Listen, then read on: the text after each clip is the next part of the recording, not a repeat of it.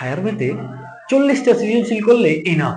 আমাদের এই ধারাবাহিক 40টা সৃজনশীলের তৃতীয় পর্ব আজ। চলো, তৃতীয় সৃজনশীলে কি রয়েছে? ক নাম্বার, জি অফ ওয়াই এর মাত্রা ও ধ্রুবক পদের অনুপাত নির্ণয় করো। তাহলে চলো, জি অফ ওয়াই কি দেওয়া আছে, কি দেওয়া আছে?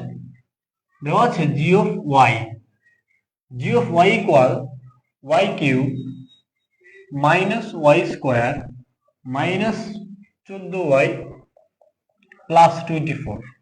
ওকে, G Y cube Y square minus 24। আচ্ছা ঠিক আছে, ওকে। এটা দিয়ে বলেছে এর কি বের করো? মাত্রা ও ধ্রুবক পদের অনুপাত। মাত্রা কি আমরা আগেই বলেছি, সর্বোচ্চ পাওয়ার মানে সর্বোচ্চ ঘাত রাশির। তাহলে সর্বোচ্চ ঘাত 3, এখানে 2, এখানে 1, এই যে সর্বোচ্চ ঘাত 3। অতএব কি লিখবো? জি অফ ওয়াই এর মাত্রা, মাত্রা কত?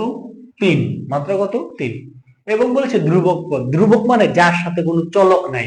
এটা ওয়াই চলকের রাশি, এখানে কোনো এই যে চলক আছে, এখানে কোনো চলক নাই। তাহলে এটা হলো আমার ধ্রুবক পদ, ফিক্সড পদ, কনস্ট্যান্ট পদ, যেটা কোনো পরিবর্তন হবে না।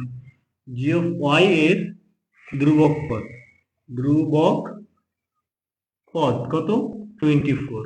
বলেছে এই দুইটার অনুপাত নির্ণয় করো। ওকে, অতএব জি অফ ওয়াই এর মাত্রা এবং ধ্রুবক পদের অনুপাত, অনুপাত। তাহলে মাত্রা কত? 3, ধ্রুবক পদ 24, তাই না? কাটাকাটি করা যায়, এটা 3 দিয়ে কাটলে হয় 1, এটা 3 দিয়ে কাটলে হয় 8, 3 8 24, শেষ। মাত্রা ও ধ্রুবক পদের অনুপাত। ওকে, খুব সহজ। এবার চলো যাই খ নাম্বারে।